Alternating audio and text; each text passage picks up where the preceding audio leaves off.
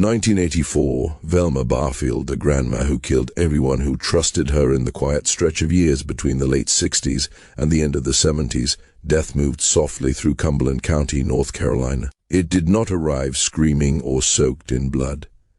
It crept in as a sickness, a sudden pain behind the ribs, a violent twisting of the stomach that left its victims doubled over, praying for relief that never came. The pattern was always the same: burning cramps, endless vomiting, a rapid decline into agony, followed by silence.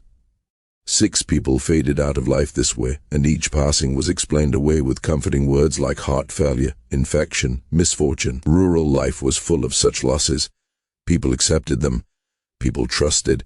Hovering near every bedside, offering water, scripture, and soft reassurances, was a woman no one would ever question. A grandmother with kind eyes and a calm voice, a regular presence in church pews and prayer circles, someone who cared for the elderly and the sick with a devotion that seemed almost saintly.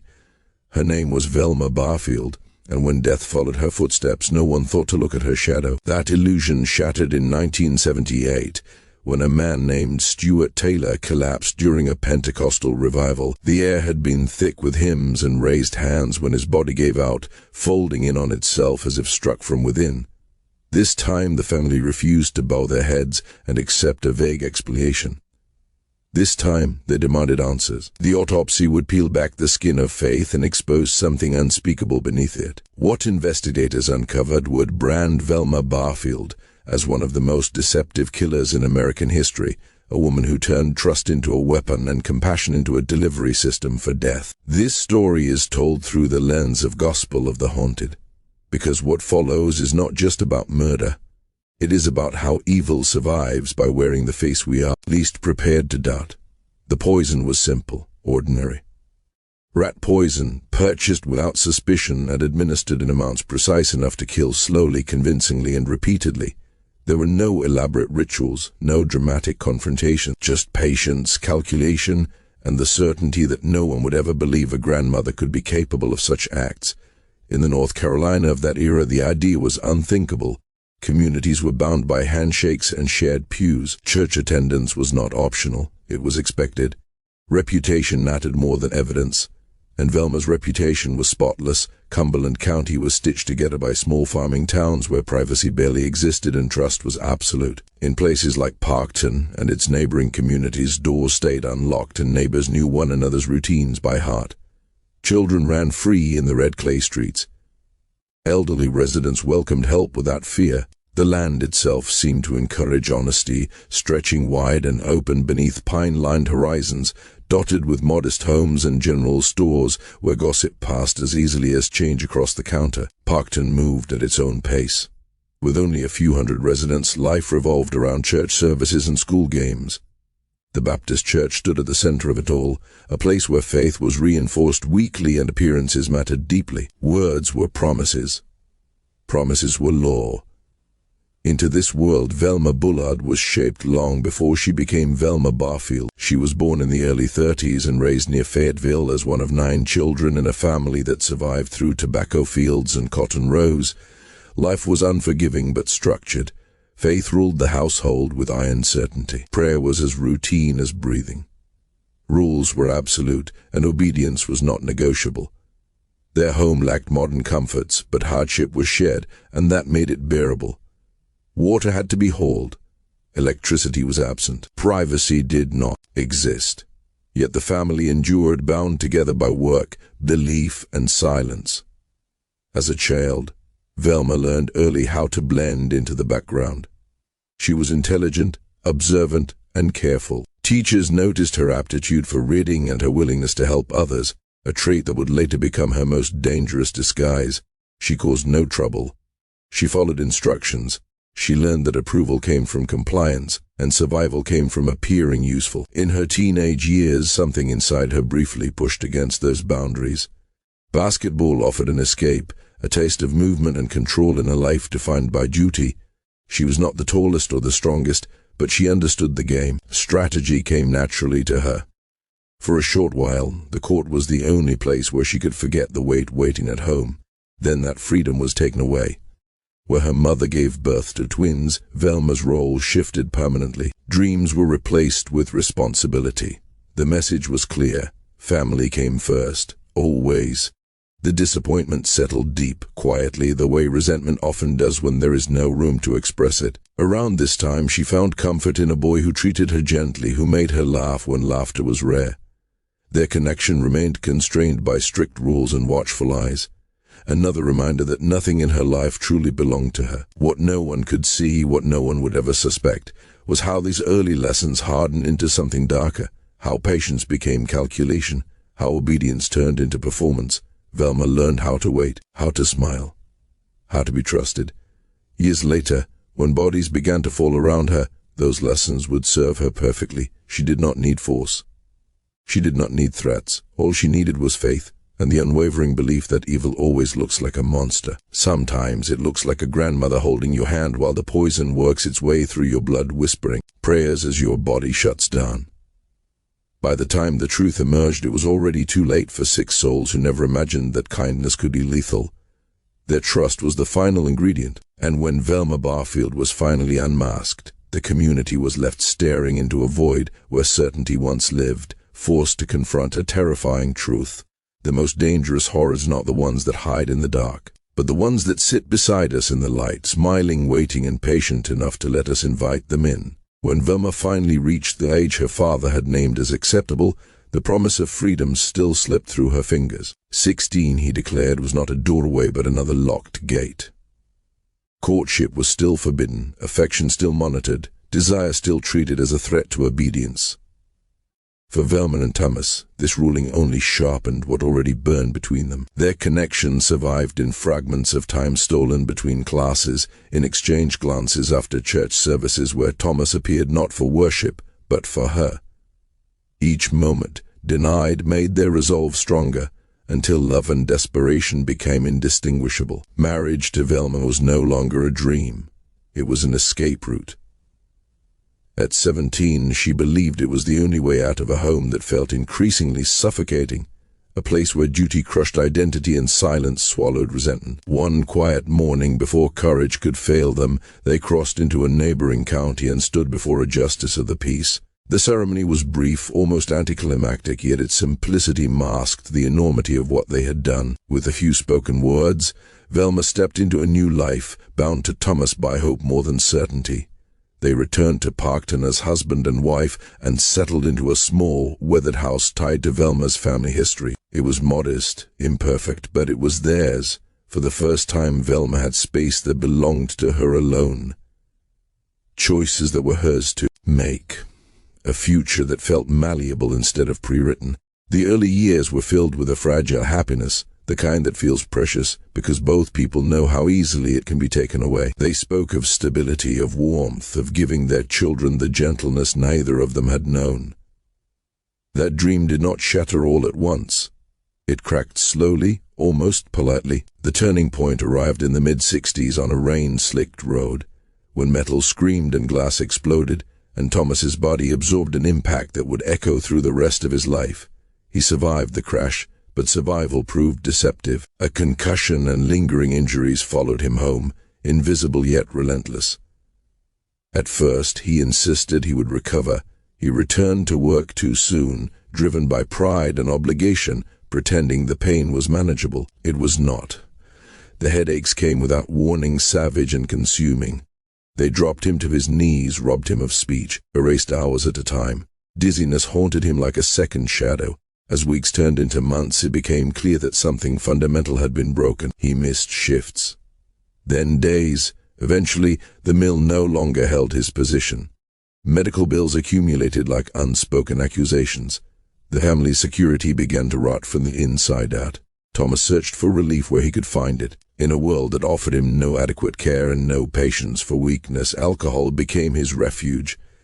One drink dulled the edges, 2 blurred the pain.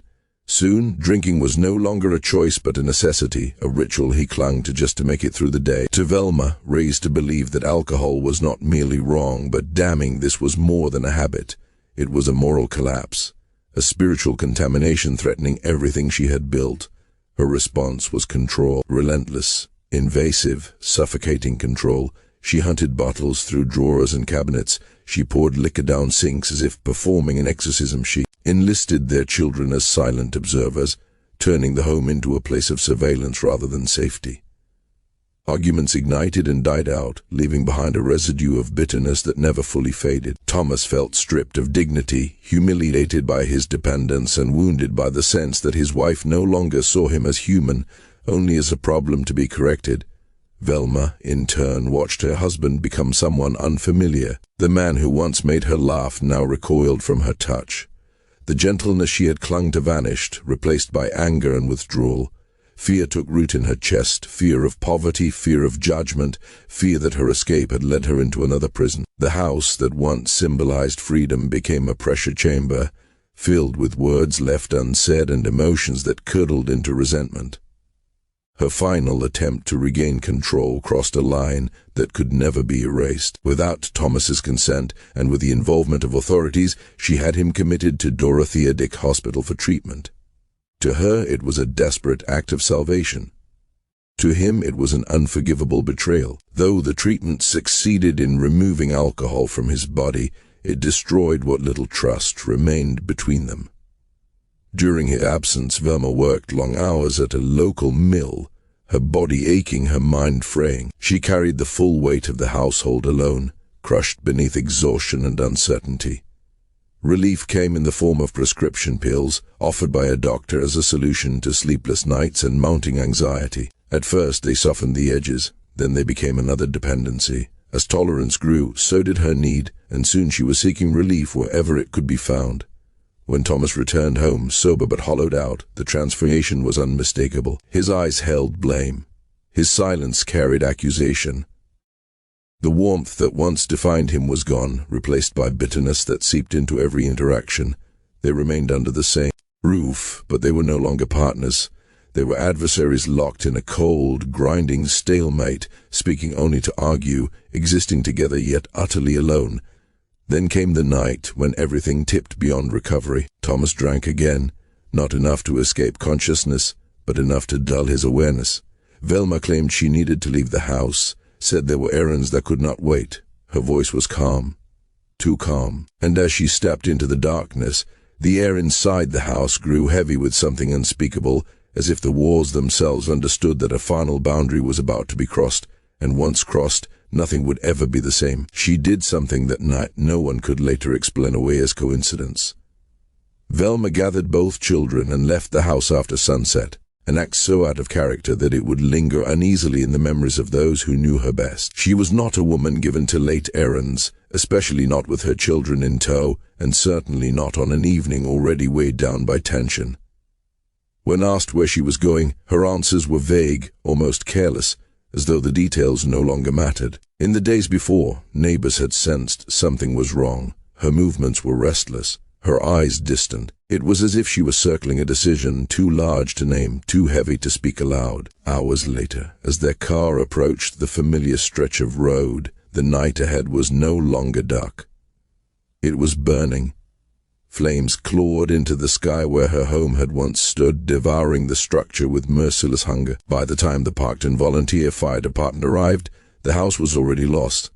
Firefighters did what they could, not to save it, but to keep the inferno from spreading. Velma stood nearby, clutching her children, watching the fire consume everything she claimed to have loved. Sparks drifted upward like dying prayers. Inside the ruins they found Thomas's body in the bedroom where the fire had begun. The smoke had reached him first, stealing his breath before the flames could touch his skin. The medical examiner would later describe it as merciful, a word that felt hollow in the presence of such devastation. Investigators, lacking specialized training and guided by assumptions shaped by the era, concluded the fire had been accidental. A cigarette. A careless moment.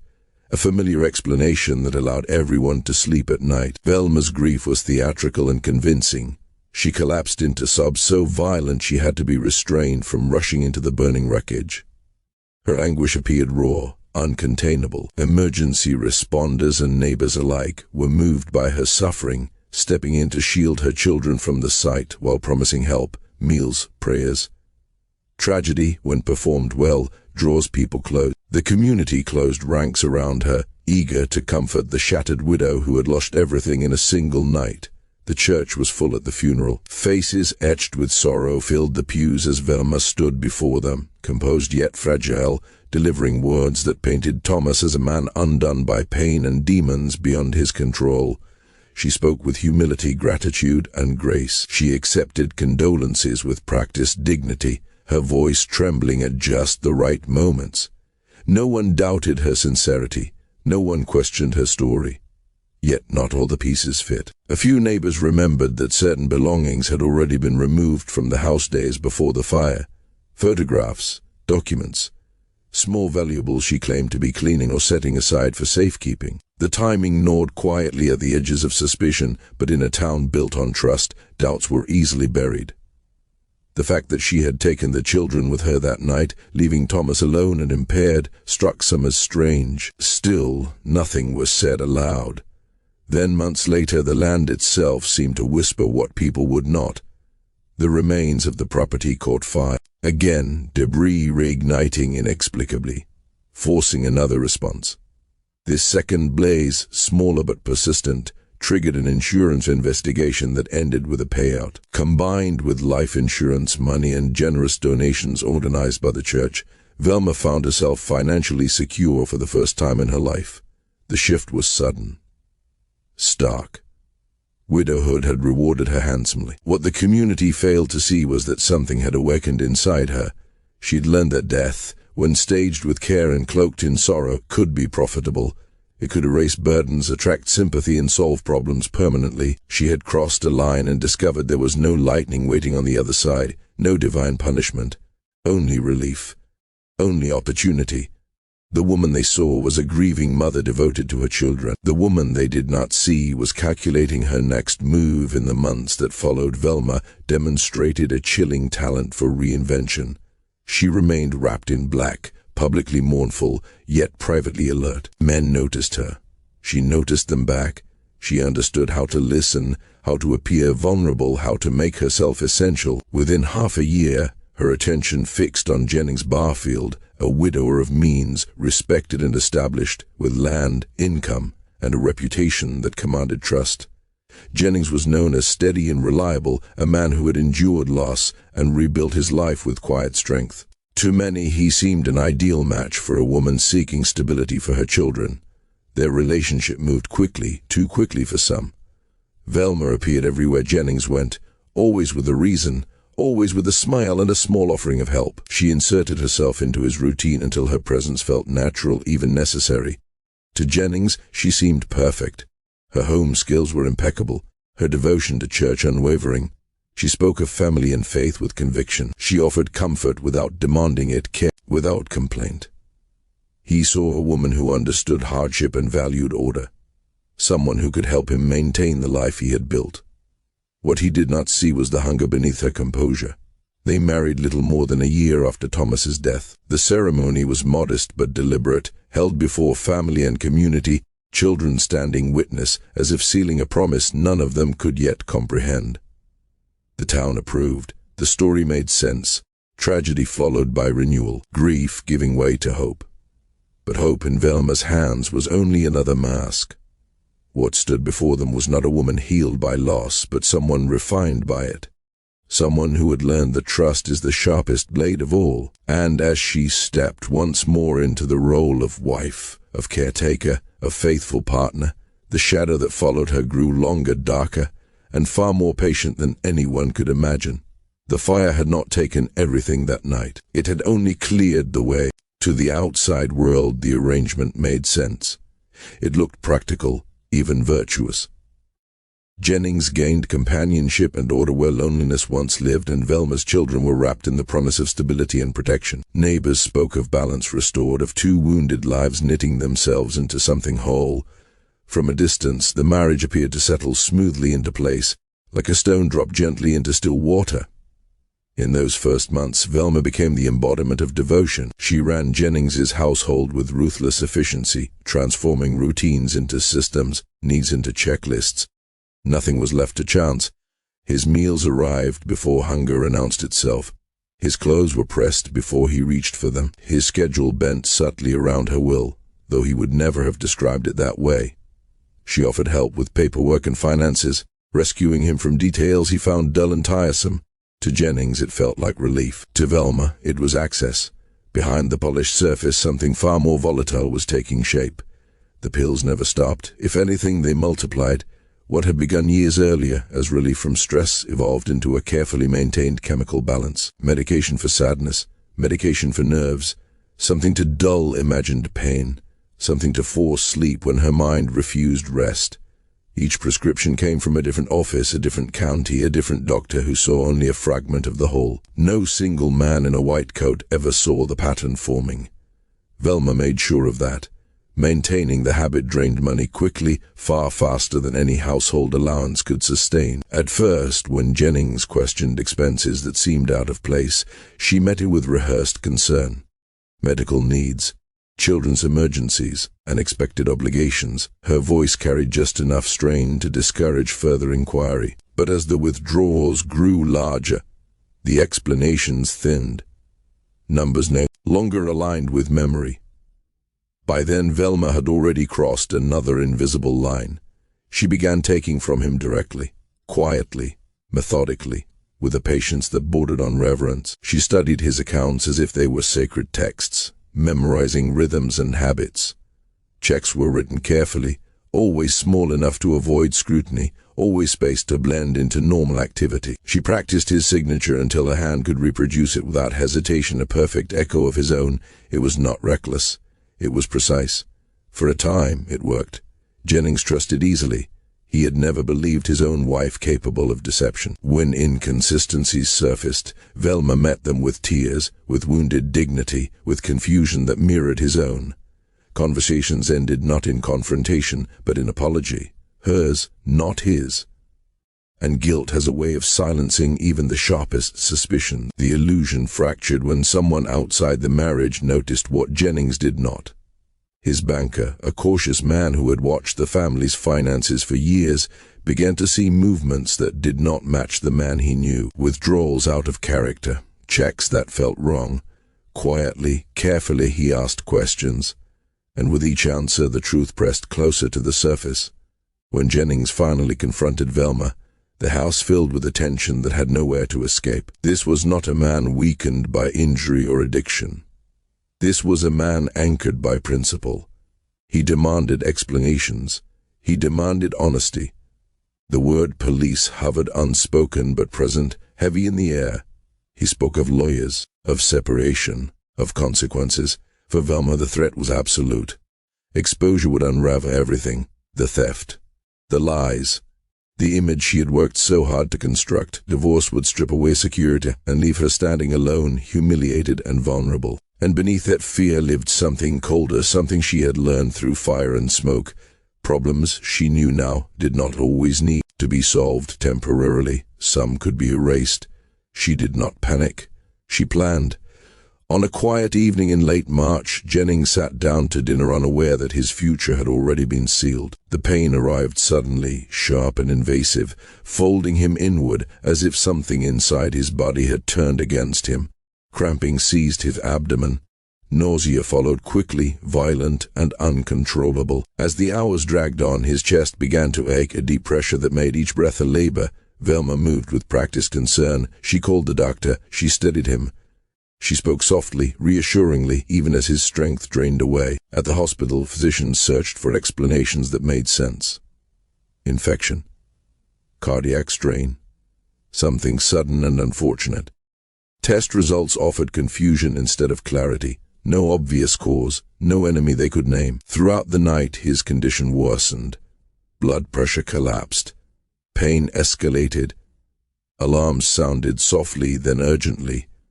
At a moment when time itself seemed to pause, Jennings Barfield slipped beyond reach. The official cause would be written in clinical language, something about the heart failing under stress.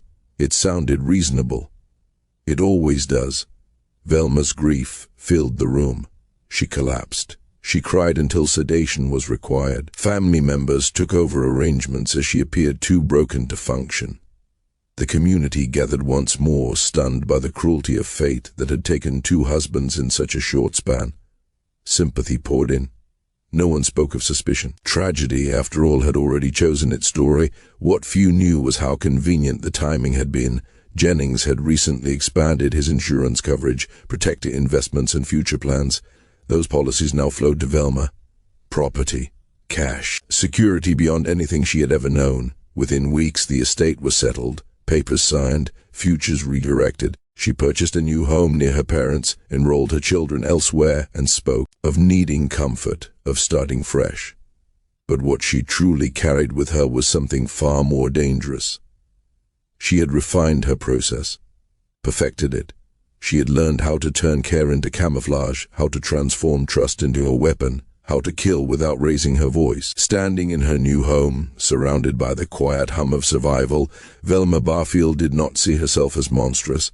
She saw herself as capable, and capability once discovered has a way of demanding to be used again. Compared to the chaos of fire and ash that had erased her first husband, the second death unfolded with unsettling elegance. There was no destruction to manage, no scorched remains to explain. What she introduced into Jennings's body worked silently, invisibly, imitating illness with chilling accuracy. The pain followed a believable course, beginning in the gut and spreading inward until the heart itself surrendered. Doctors saw nothing supernatural, nothing criminal. They saw a familiar collapse, a body overwhelmed by internal failure, and that was precisely the point. Timing, she had learned, was everything. The confrontation over missing money had happened too close to danger. Had Jennings lived longer, papers would have changed, lawyers would have intervened, and the careful illusion would have shattered. Acting swiftly ensured silence. Acting decisively preserved her future. In that moment, something irreversible crystallized within her. This was no longer desperation. This was strategy. She was no longer reacting to threats. She was eliminating them. The woman others still perceived as gentle, devout, and harmless had crossed fully into another identity. Murder was no longer an act of panic or impulse. It was a solution. And solutions, once proven effective, tend to be reused. Returning to Fayetteville placed Velma close to her aging parents, a move she framed as filial devotion. To outsiders, it appeared compassionate, even admirable. Her father's health was already failing, his lungs slowly succumbing to disease that needed no encouragement from her. Their death would arrive on its own timetable, one of the few in her orbit, untouched by her hand. But her mother was different. Her mother was both vulnerable and useful. Lillian Bullard lived quietly, supported by a lifetime of careful saving and modest benefits. Age had not robbed her of clarity, but it had softened her stamina. Everyday tasks grew exhausting. Paperwork became confusing. Banking felt overwhelming. Into that space stepped Velma, attentive and reassuring, offering help that appeared selfless. She arrived daily with meals, with smiles, with gentle insistence that her mother rest while she handled the burdens of the world. Trust deepened quickly.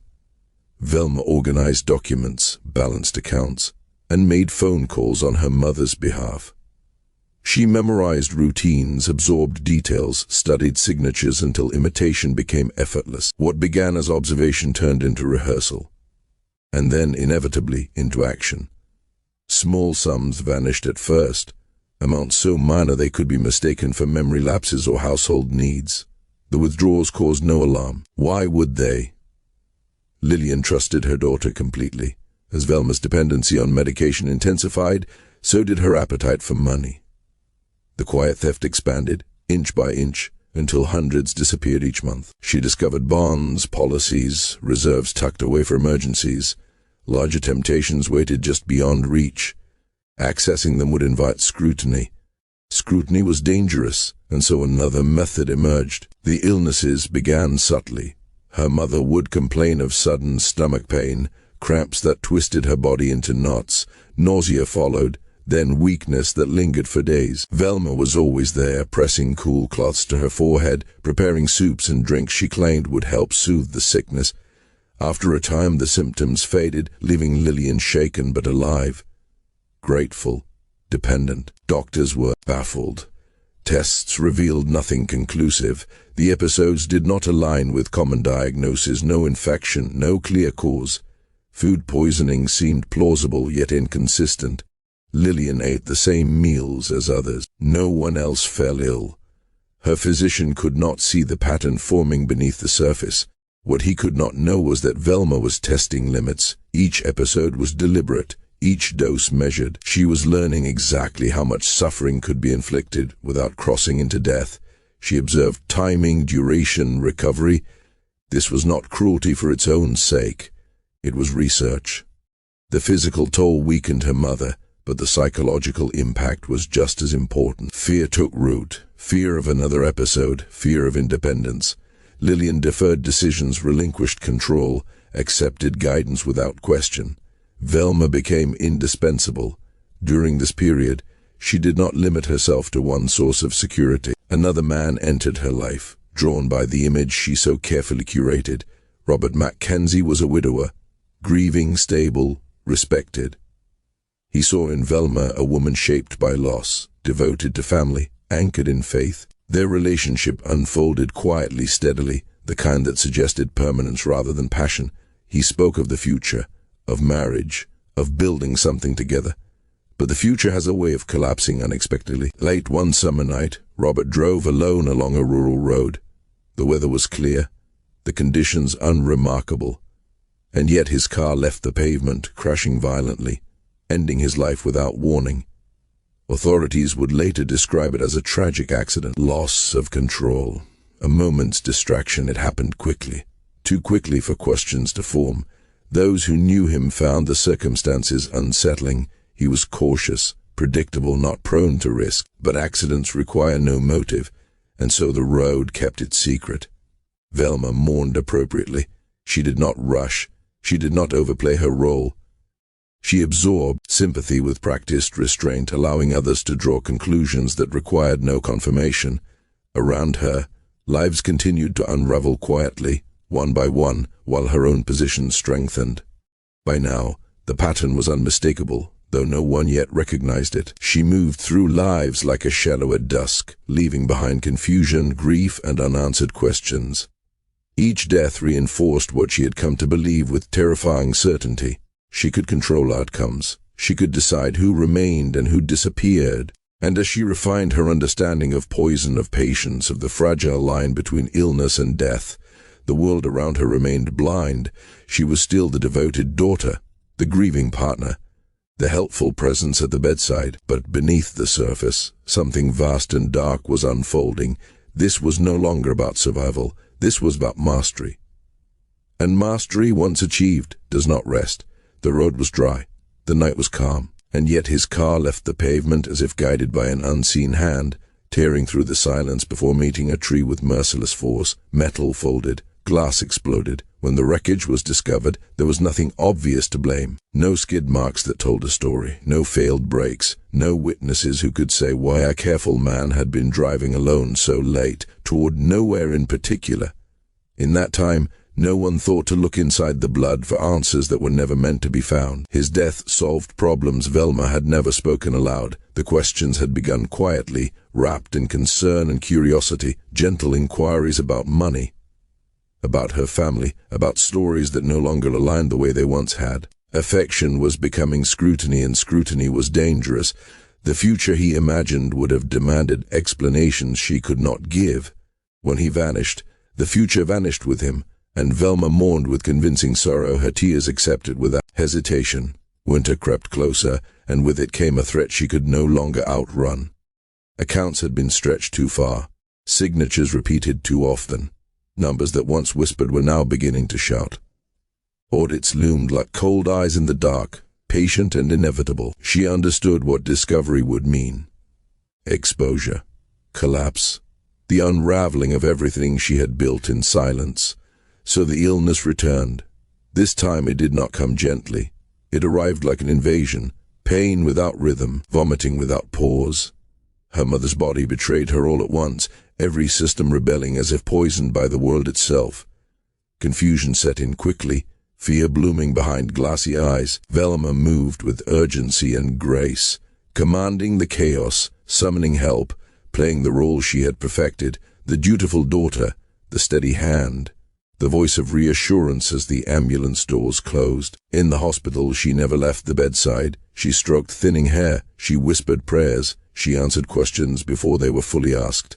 Doctors worked frantically, puzzled by the violence of the decline. Tests offered contradictions but no truth. Fluids helped briefly, then failed. Medication dulled the suffering but could not stop the descent. The charts filled with uncertainty. When death came, it came quietly, late at night, without confession or clarity. The paperwork named a common enemy, a natural progression, a tragic but explainable end. No alarms sounded, no suspicions rose. The room held only grief, and Velma performed it beautifully. She collapsed into arms that caught her. She sobbed until sedatives carried her into artificial rest. The community gathered in support, remembering a woman defined by faith and sacrifice, a life spent raising children and serving others. They saw a devoted daughter destroyed by loss, and they spoke of strength without realizing they were standing in the shadow of something far colder. The inheritance followed its proper course. Accounts transferred, bonds redeemed, papers signed that erased old questions and replaced them with legitimacy. What had once been theft became entitlement. What had once been risk became security. And beneath it all, something solidified inside Velma. Certainty. She had done the unthinkable, and the world had not noticed. If a mother could be erased without consequence, then morality was nothing more than a story people told themselves to feel safe. Fear dissolved. Boundaries vanished. She had crossed into a place where hesitation no longer existed. By the following year, her confidence had sharpened into arrogance. The precision that once defined her crimes gave way to appetite. Checks multiplied. Patterns grew sloppy. Names blurred together. She no longer felt hunted. She felt superior, untouchable, until the knock came. The charges were mundane compared to what she had done. Ink and paper, forged names, broken trust. The arrest stunned those who still believed in her carefully crafted image.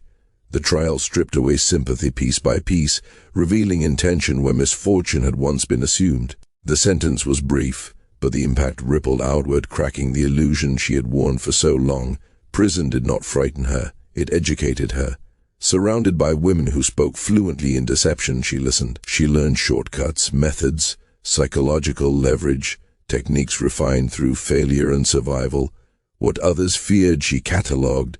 What others regretted, she dissected. Bars could confine a body, but they could not restrain a mind already convinced of its own brilliance. More dangerous than the skills she acquired was the lesson she absorbed. Violence had never punished her. Silence had protected her. The dead did not testify. The dead did not accuse. When she walked free again, she carried no remorse with her. Only patience. Only hunger. The image remained intact. The caregiver. The survivor. The woman shaped by tragedy. But beneath that surface, something vast had fully awakened. Something disciplined. Something ambitious. Something that no longer reacted to circumstances but shaped them. This was no longer about escaping hardship. This was about control. And control, once tasted, demands to be fed. In the quiet moments when the house slept and the world felt distant, Velma did not see ghosts. She saw opportunity. Each breath around her sounded temporary. Each life felt negotiable. The shadows were no longer frightening. They were familiar. And somewhere in that darkness, a voice whispered not of guilt, but of potential. She listened. When Velma walked free after serving a mere 3 months, she emerged not humbled but enlightened. Prison had been a classroom, and the lessons were dark but precise. She had listened to whispered stories of vulnerability, the elderly, isolated, trusting, and understood just how easily a careful hand could exploit that trust. She saw the possibilities, the delicate intersections of caregiving and control, nurturing and destruction. It was a blueprint she could refine. By 1976, opportunity knocked. Montgomery and Dolly Edwards, an elderly couple in Lumberton, needed assistance. Montgomery was 94, fragile yet stubborn. Dolly, 84, gentle but increasingly frail, with wealth tucked quietly into accounts, investments, and no one watching too closely. They lived apart from the prying eyes of extended family, their social circles narrow, their lives serene and slow. the perfect environment for someone with Velma's particular talents. She arrived bearing warmth and humility, armed with references meticulously curated to bolster the image of a devoted Christian caretaker. Her explanation of necessity and piety, the gentle tone she used when speaking of her work, the insistence on church nights and Sundays off, all of it built credibility while laying the groundwork for absence when discretion called for it. Montgomery and Dolly welcomed her with open doors and unguarded hearts, handing over keys, financial ledgers, and daily routines, blind to the danger that had moved into their home, quiet and deliberate. Within days, Velma had begun her silent campaign. She studied handwriting, memorized account numbers, traced patterns in their spending. Every check, every withdrawal, every minor oversight was catalogued, analyzed, and incorporated into a strategy that was as careful as it was merciless. She forged signatures with the patience of a craftsman, masked withdrawals as household necessities, and carefully timed her manipulations to coincide with moments when scrutiny was weakest. The Edwardses' trust became her weapon, their gratitude, her camouflage. Montgomery's age and waning memory worked in her favor. Dolly's unfamiliarity with finances made her vulnerable, slow to notice the discrepancies that Velma meticulously orchestrated. For months, she balanced the performance of caregiver and thief, pocketing far more than her salary while maintaining the image of selfless devotion. Each smile, each cup of tea, each gentle pat on a hand reinforced the illusion. She had become indispensable, and in their eyes, beyond reproach.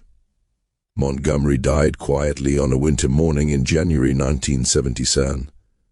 His passing seemed natural, the result of age and decline, and Velma's roar was measured, attentive, comforting. The family praised her devotion, unaware that the first act of many had already been completed. Dolly, left to navigate widowhood, relied on her steadfast caregiver, blind to the darkness lurking in the one she trusted most. But the pattern was repeating. In March, Dolly awoke to pain unlike anything she had experienced before. Cramping, nausea, relentless and escalating, stole her strength. The very air seemed to thicken around her, carrying the taste of fear and inevitability. Velma was there, gentle and concerned, administering teas, broths, and whispered reassurance, monitoring every shiver, every pallor, every groan as though it were an extension of her will. The ambulance came. Velma was at her side. The hospital, the machines, the doctor's confusion. She remained the devoted daughter, the vigilant caretaker, while the poison coursed with precision, unseen, unchallenged. By the evening of March 1st, 1977, Dolly Edwards had slipped into death's quiet embrace, her hand held firmly by the one who had orchestrated her suffering. The family mourned, spoke of Velma's devotion, marveled at the faith and kindness she had brought into their home. They had no inkling that the life they celebrated had been ended by the very hands they trusted. The inquiries Dolly had begun, questions about money, about missing funds, had been silenced forever. No lesson was lost on Velma. The methodology was proven. Deception, care, opportunity, and timing could orchestrate death without suspicion. The success emboldened her, sharpened her instincts. She moved swiftly to the next assignment, where the pattern would continue. John Henry Lee and his wife, Record, were an elderly couple who now needed help after Record had broken her leg. They had heard glowing reports of Velma's character from the Edwards family. They were eager to welcome her, unaware that they were inviting a predator into their most intimate space. John Henry Lee, proud and self-sufficient, resisted at first. Velma's charm, her insistence on propriety, her knowledge of Christian duty, all melted his defenses. She became necessary, then indispensable, her presence a comfort while her influence deepened, her control extending into every corner of their lives. Each life around her became both a stage and a test. Each day, each meal, each moment of care was another brushstroke in the dark masterpiece she was creating. The air around Velma carried tension, almost palpable, the weight of possibility. Each breath sounded temporary. Each life seemed negotiable. The shadows were no longer frightening. They were familiar companions, patient and waiting. In the silence, there was a voice, not of remorse or fear, but of potential. And she listened carefully, methodically, as she had learned to do, knowing exactly what could be taken and what could be ended, all without leaving a trace. Velma Barfield had moved beyond survival. She had found mastery, and mastery, once discovered, does not sleep. John Henry Lee was strong-willed, but age and injury had rendered him vulnerable, reliant on assistance he could not easily refuse. Velma moved into his life with the ease of a shadow slipping through an open door, establishing herself as indispensable almost immediately. She oversaw his medications with meticulous care, measured each dose, monitored every lapse of memory, and anticipated his needs before he spoke them aloud. She prepared meals, tidied the house, managed tasks that had grown insurmountable to the aging couple, all the while maintaining the gentle cadence of a devoted caregiver. But beneath the warm tones and helpful gestures, Velma's mind was already scanning the landscape of their finances, identifying opportunities with the precision of a hunter. John Henry kept a closer eye on his money than many of her previous victims, yet trust, once earned, was a powerful blindfold. Velma offered her assistance with bill-paying, bookkeeping, and correspondence, her hands appearing to guide, her words explaining necessity, while her mind catalogued every weakness, every pattern, every angle. Her patience was now as lethal as her charm. She waited for the moments when John Henry's attention faltered, or when confusion blurred his awareness, and she struck with subtlety, forging checks and redirecting funds in increments that would seem innocuous if questioned. She had mastered patience, the slow accumulation of power, the quiet orchestration of opportunity. Cumberland County had grown used to whispers of tragedy, but even the most attentive neighbors would not suspect the soft-spoken, church-going grandmother who moved among them with seeming innocence. Then, on an ordinary evening in June 1977, the ritual began. John Henry, who had lived decades with vigor and routine, suddenly doubled over in agony. His stomach and chest twisted in waves of pain that left him writhing, vomiting, and trembling as nausea and diarrhea consumed him. Velma was at his side, calm and composed, the faithful caretaker, the hand to hold, the soothing voice whispering assurances. She prepared broths and teas, adjusting temperatures and flavors as though each sip were a calculated measure, each moment of attention another layer of the performance.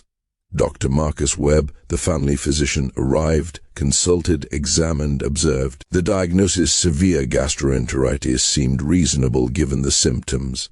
Food poisoning, a viral infection, age-related vulnerability, nothing appeared amiss. Intravenous fluids, anti-nausea medications, careful monitoring all administered, all failing to stem the relentless progression. Within 48 hours, John Henry Lee was dead, and Velma had been a constant, devoted presence at every step. The family grieved, astonished by the swiftness and severity of the illness, yet they could not imagine the hand that had guided its timing. He had asked questions, subtle ones, about missing funds, about bank statements that had seemed off, enough to make Velma cautious. His death silenced the inquiry without suspicion, reinforcing her reputation as a woman cursed with the misfortune of tragedy. Patterns to the outside world remained invisible. To Velma, they were lessons, confirmations, the quiet rhythm of control and inevitability. In a rural community steeped in tradition and faith, the notion that a grandmotherly figure could methodically poison her charges was inconceivable. Each death was mourned as a natural event, nothing more, while the architect of the calamity moved freely, invisible behind the mask of devotion. By late 1977, she had set her sights on Stuart Taylor, a widower whose life was not defined by age or infirmity but by loneliness and routine.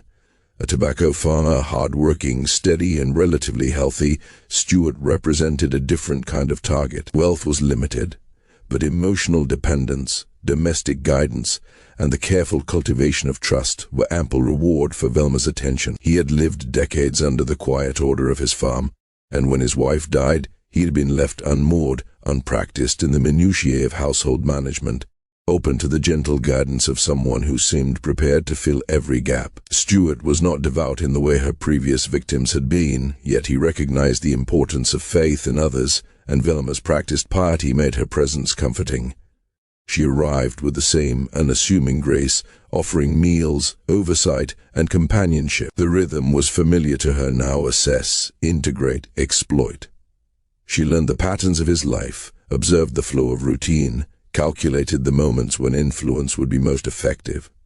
She was no longer just surviving, she was orchestrating. Every gesture was measured. Every smile, every word, every hand offered was a calculated tool. She had learned from her past, perfected her timing, honed her control. Death and deception had become instruments subtle, silent, and devastatingly effective. She had crossed the threshold from opportunist to master, from criminal to artist of manipulation and murder. Each life she touched was another piece in a growing mosaic of control, each loss a reinforcement of her unassailable methodology. The shadows followed her now like old companions. Each life she entered was temporary, each death negotiable. Nothing frightened her anymore. The whispers of possibility, the dark potential of influence had become her constant companions, and somewhere in that quiet, persistent darkness, a voice spoke not of guilt, not of hesitation, but of power and inevitability. And Velma listened, always carefully, deliberately, knowing exactly what could be taken, what could be ended, and how to leave the world none the wiser. Velma Barfield had moved far beyond survival. She had discovered mastery. And mastery, once achieved, does not sleep. Stuart Taylor had been lonely for years, adrift since the death of his wife, seeking the quiet comforts of companionship and routine. Velma entered his life with all the subtle ease of a shadow, presenting herself as the answer to that longing. She was attentive, capable, skilled in domestic arts that promised stability in an immaculate house, meals prepared with care, and a moral compass that seemed unassailable. She offered him what he thought he had lost: reliability, affection, and the soothing presence of someone whose faith matched the rituals he respected. For Stuart, Velma was a source of comfort and order. For Velma, he was something different. Wealth was not his gift, and he was too alert, too practiced in the affairs of his own life to be easily exploited. Yet he offered her something she craved more than money: normalcy, legitimacy, a public image that concealed her darkness. Their home settled into a rhythm of quiet evenings and predictable tasks. Stuart appreciated the meals, the household management, the companionship of a woman who seemed devoted to him. Velma, in turn, enjoyed the security and respectability that accompanied association with a man admired in his community. Beneath the calm, however, her addictions persisted. The prescriptions she had relied upon for years now demanded higher doses, her tolerance growing like an insatiable shadow within her. The money to sustain her habit could not be drawn from legitimate income alone, so, quietly, methodically, Velma returned to the tools she knew best. Check forgery, the subtle redirection of funds, the careful study of signatures, account numbers, and pattern skills honed over years of experimentation, patience, and deadly efficiency. Stuart's accounts became her new canvas. For months, her scheme flowed smoothly. Stuart rarely scrutinized his statements closely, and when he did notice discrepancies, Velma was ready. A tearful explanation, a whispered apology, a suggestion that the charges were for household maintenance or forgotten bills sufficient to end the conversation before suspicion could take root. She had learned the power of timing, of performance, of subtle emotional manipulation. She had learned to mask malice behind devotion. The unraveling began quietly, imperceptibly. In late January 1978, Harold Patterson, Stuart's longtime banker, noticed something amiss. Patterns in withdrawals, subtle shifts in account activity that clashed with decades of careful, conservative financial behavior. A casual question at the feed store, an innocent suggestion: "Were you planning improvement?" Stuart's ignorance of these withdrawals set the wheels of exposure in motion. The investigation began not with suspicion, but with the casual observation of a man who knew his client well. When Stuart confronted Velma with evidence, the calm of their domestic life shattered. The argument erupted with the intensity of a storm. He demanded truth, documentation, answers that she could not fabricate quickly enough. Threats of law enforcement loomed, the walls of secrecy she had built so meticulously beginning to crumble. In a moment of frustration, Stuart gripped her shoulders, shook her, and voiced the anger that had been rising beneath his surface. Velma saw in his grasp not merely fear, but danger, a threat to her freedom, to her safety, to the empire of deception she had perfected. That evening, despite the storm that had passed between them, they attended a Pentecostal revival at the Cumberland County Civic Center. Rex Humbard, the famed preacher, delivered a sermon meant to lift spirits, to inspire faith, to remind the congregation of divine grace.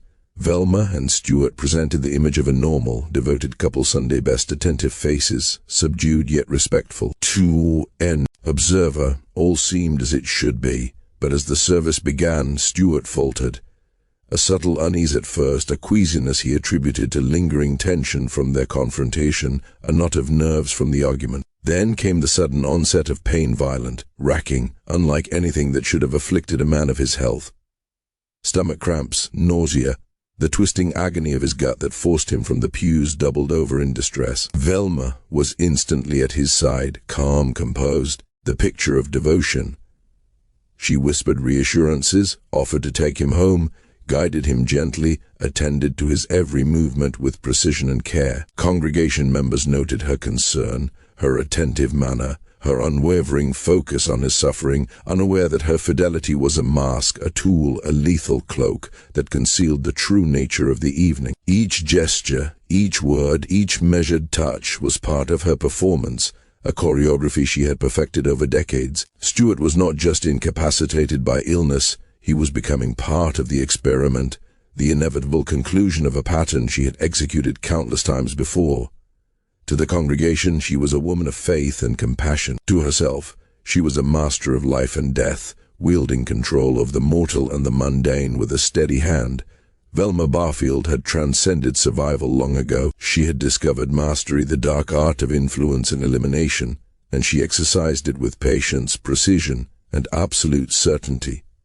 Mastery, once obtained, does not rest, and in the quiet hum of that revival hall, surrounded by the prayers and hymns of the faithful, she listened, calculating, observing, ready for whatever the next moment demanded, knowing exactly what could be taken, what could be ended, and how to leave the world none the wiser. When Stewart's condition failed to ease, Velma insisted they return home, guiding him with calm authority, promising to monitor every symptom and to summon a doctor if necessary. The drive was an ordeal, each bump in the road amplifying the waves of cramping pain that twisted through his body, leaving him gasping for breath, bent double under the invisible weight pressing down on his frail frame. Over the following days, his suffering intensified. The stomach pain became relentless, a ceaseless gnawing that left him trembling and weak. Violent bouts of vomiting racked his body, preventing even the smallest sip of water from staying down. His chest began to tighten, each breath a labor, each heartbeat a struggle, signaling the unseen poison's slow march through his system. Velma hovered at his side, a picture of devotion. She brewed teas and prepared broths with deliberate care, claiming each would restore strength, settle the stomach, bring relief.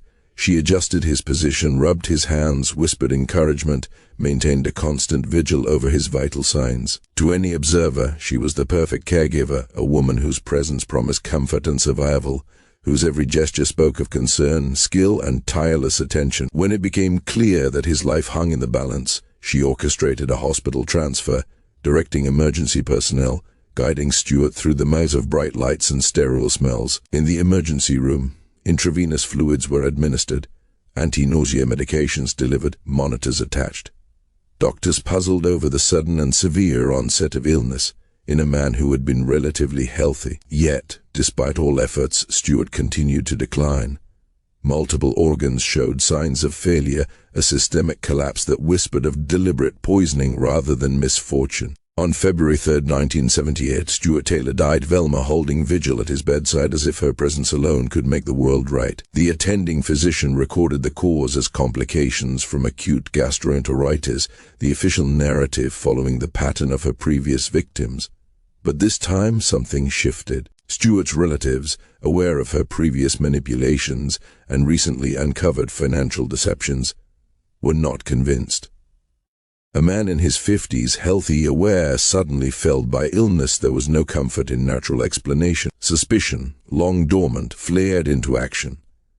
Demands for a full autopsy and toxicology testing broke through the veil Velma had maintained for nearly a decade. Where previous deaths had been dismissed as accidents or the inevitable decline of age, this case demanded scrutiny as investigators moved cautiously, peeling back the layers of her carefully constructed life. Velma's own sister became the unexpected catalyst. Torn between loyalty and conscience, she placed a call that would resonate through Cumberland County law enforcement history, a tearful confession of doubt, suspicion and fear, claiming her sister had poisoned Stewart Taylor and perhaps others. When toxicology confirmed lethal levels of arsenic in Stewart's system, The delicate balance Velma had maintained for so long collapsed. She was arrested on March 28, 1978. Her life of deception and death laid bare. Communities that had embraced her as a grieving widow, a devoted daughter, a caring grandmother were left reeling at the revelation the woman they trusted, who moved silently through churches, homes, and neighborhoods, was a calculated killer. Under the relentless questioning of seasoned North Carolina State Bureau of Investigation detectives, Velma's composure faltered.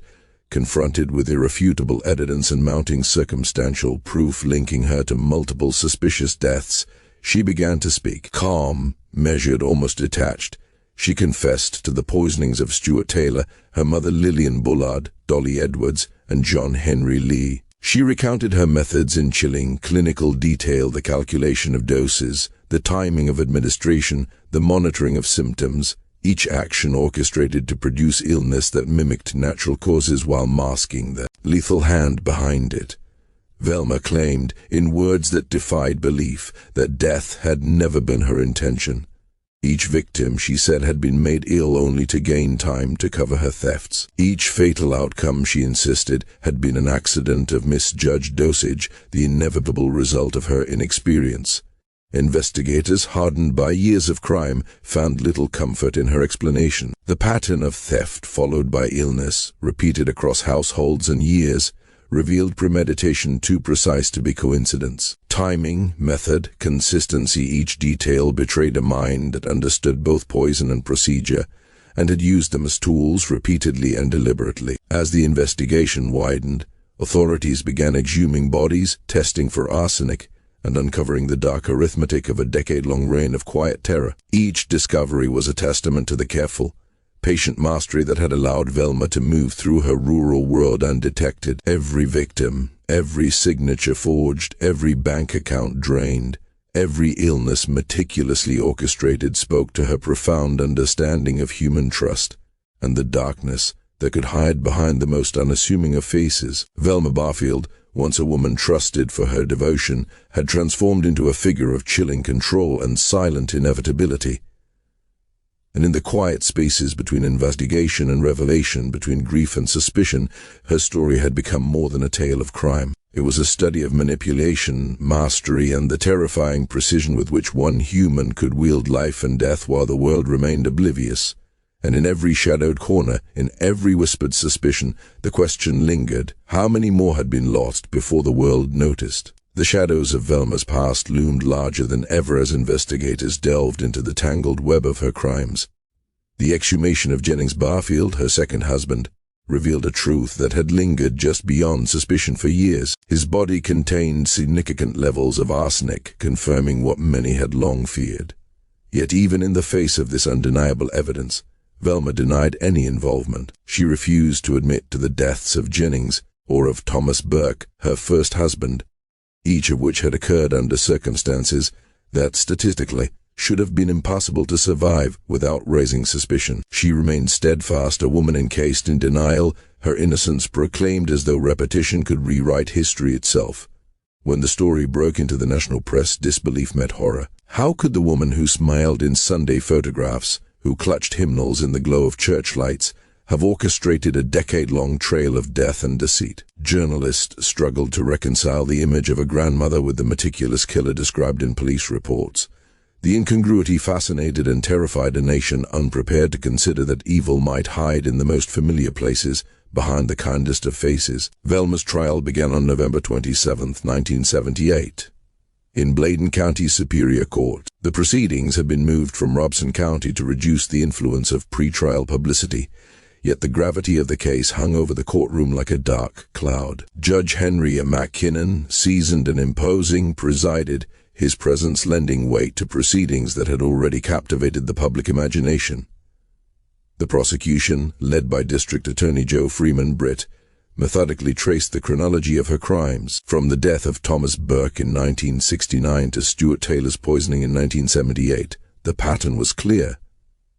Each victim had been drawn into her orbit, their wealth, their trust, their very lives manipulated with precision. Evidence of check forgeries, of systematic access to accounts, and the timing of each death in relation to threats of discovery painted a portrait of a woman who had transformed opportunity into lethal expertise. Witnesses described the unsettling detail that marked Velma's behavior, how she had insisted on preparing special foods and drinks, monitoring her victims' symptoms with unnerving attentiveness, volunteering medical information as though she were a benevolent assistant rather than the architect of their decline. The jury listened to accounts of her composure during each crisis, her tears, her gentle hands, her seeming empathy, all serving as camouflage for premeditated murder. The defense faced a mountain of evidence, trying to explain away intent through drug use and childhood trauma, painting a picture of a mind clouded by addiction and past abuse. Dr. Dorothy Otner Lewis, called as a psychiatric witness, presented an extraordinary claim that Velma suffered from dissociative identity disorder, an alternate personality named Billy responsible for the killings. The courtroom murmured at the audacity, the implausibility, but Velma remained silent, inscrutable. Judge Matt Kinnon's summation of the defense was both brief and merciless. One of them did it. I don't care which one. Justice, he made clear, concerned itself with action, not theory. The jury required less than an hour to return a verdict. Guilty. First-degree murder in the death of Stuart Taylor. The swiftness reflected the undeniable weight of evidence, the clarity of pattern, and the certainty that Velma had chosen repeatedly and deliberately to end life rather than confront exposure. During sentencing, the question shifted: life imprisonment or death. Aggravating factors were unassailable. The murders were for financial gain, committed to obstruct justice, and executed with an especially cruel and calculating nature. The defense presented mitigating factors: addiction, mental health struggles, motherhood and grandmotherhood, but the jury saw beyond these claims. The verdict was death, the sentence to be carried out by North Carolina's gas chamber. On December 2, 1978, Velma Barfield was formally sentenced. She became one of the few women on death row in the United States, her crimes and calm demeanor rendering her simultaneously infamous and incomprehensible. The appeals process stretched for 6 years, a complex labyrinth of legal arguments over counsel, procedure, and constitutional rights, taking her from the North Carolina Supreme Court to the United States Supreme Court. In the quiet confines of Central Prison in Raleigh, Velma's outward persona shifted. She appeared to embrace religion fully, leading Bible studies, counseling fellow inmates, and corresponding with Christian leaders nationwide. Evangelical figures, even Billy and Ruth Graham, lent their voices to a campaign for clemency, citing her apparent remorse and her transformation through faith.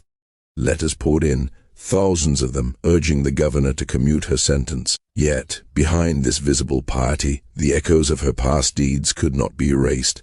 For the families of her victims, no conversion, no tearful expression of faith could undo the calculated cruelty, the lives quietly extinguished under the guise of care. The media continued to document the story, the contrast between grandmotherly devotion and cold-blooded murder making headlines, challenging the very assumptions of what one could expect from human nature. Velma Barfield's story at last was fully laid bare, a study in deception, in mastery, in the terrifying precision with which a single person could manipulate trust, manipulate health, manipulate life itself. She had mastered not just the art of survival, but the art of controlling destiny, and in the process had forced the world to confront the unimaginable, that evil could wear the face of the familiar, the comforting, the beloved. And as the gas chamber loomed, the world watched, divided between fear, fascination, and the unsettling recognition that her life and death had rewritten the very boundaries of trust and morality.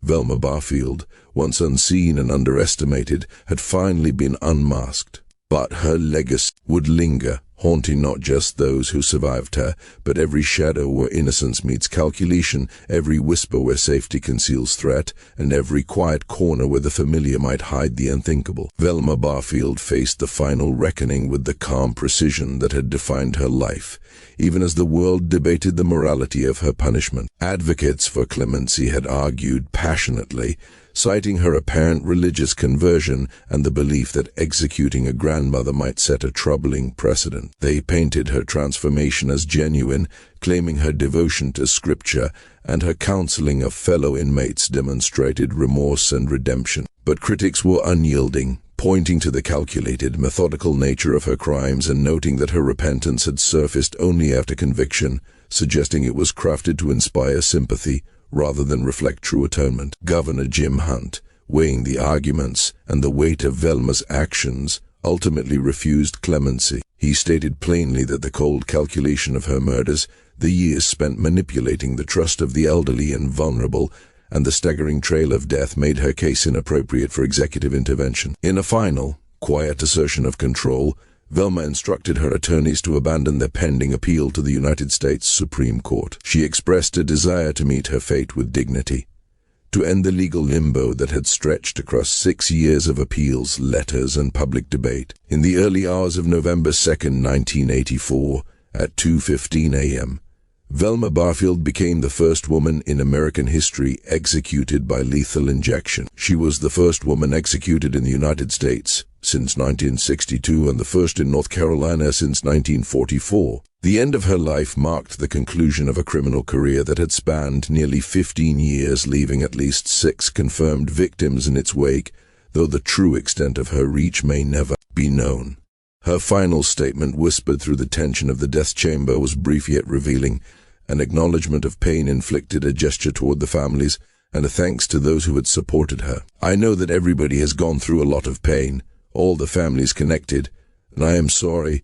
I want to thank everybody who has been supporting me all these 6 years." There was a strange poignancy to her last meal request: cheese doodles and Coca-Cola, a childlike simplicity that seemed incongruous with the sophistication of her crimes, a final echo of the grandmotherly image she had so carefully curated throughout her life. Velma was buried in a small rural cemetery in North Carolina, near the grave of her first husband, Thomas Burke. It was his death, decades earlier, that had begun the grim pattern of her murders, teaching her that death could solve problems, inspire sympathy, and even provide financial gain. That initial act of calculated violence had set the tone for a decade-long spree, each subsequent victim carefully chosen, monitored, and eliminated with meticulous precision. Her crimes forced a profound reevaluation of how society and the criminal justice system approached deaths among vulnerable populations. They revealed the ease with which a predator could exploit trust,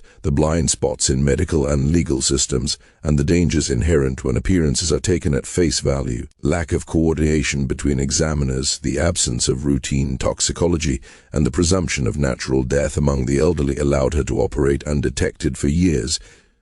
Even now, the specter of uncertainty remains. Investigators have suggested there may have been additional victims, individuals whose deaths were never connected to her due to cremation, burial, or insufficient evidence. The true scope of her crimes may never be known. Velma Barfield's story endures as a chilling testament to the darkest possibilities hidden behind ordinary masks. The helpful neighbor, the devoted daughter, the attentive grandmother who never misses a church service or community event. Her tale reminds us that danger often wears the guise of familiarity, that trust can be manipulated, and that evil can dwell in the most unsuspecting forms. How many were lost before the world noticed? How many more might have been claimed in silence? Her legacy lingers in every quiet corner, every shadowed room, every whispered suspicion, a haunting echo of mastery concealed behind the most ordinary of faces.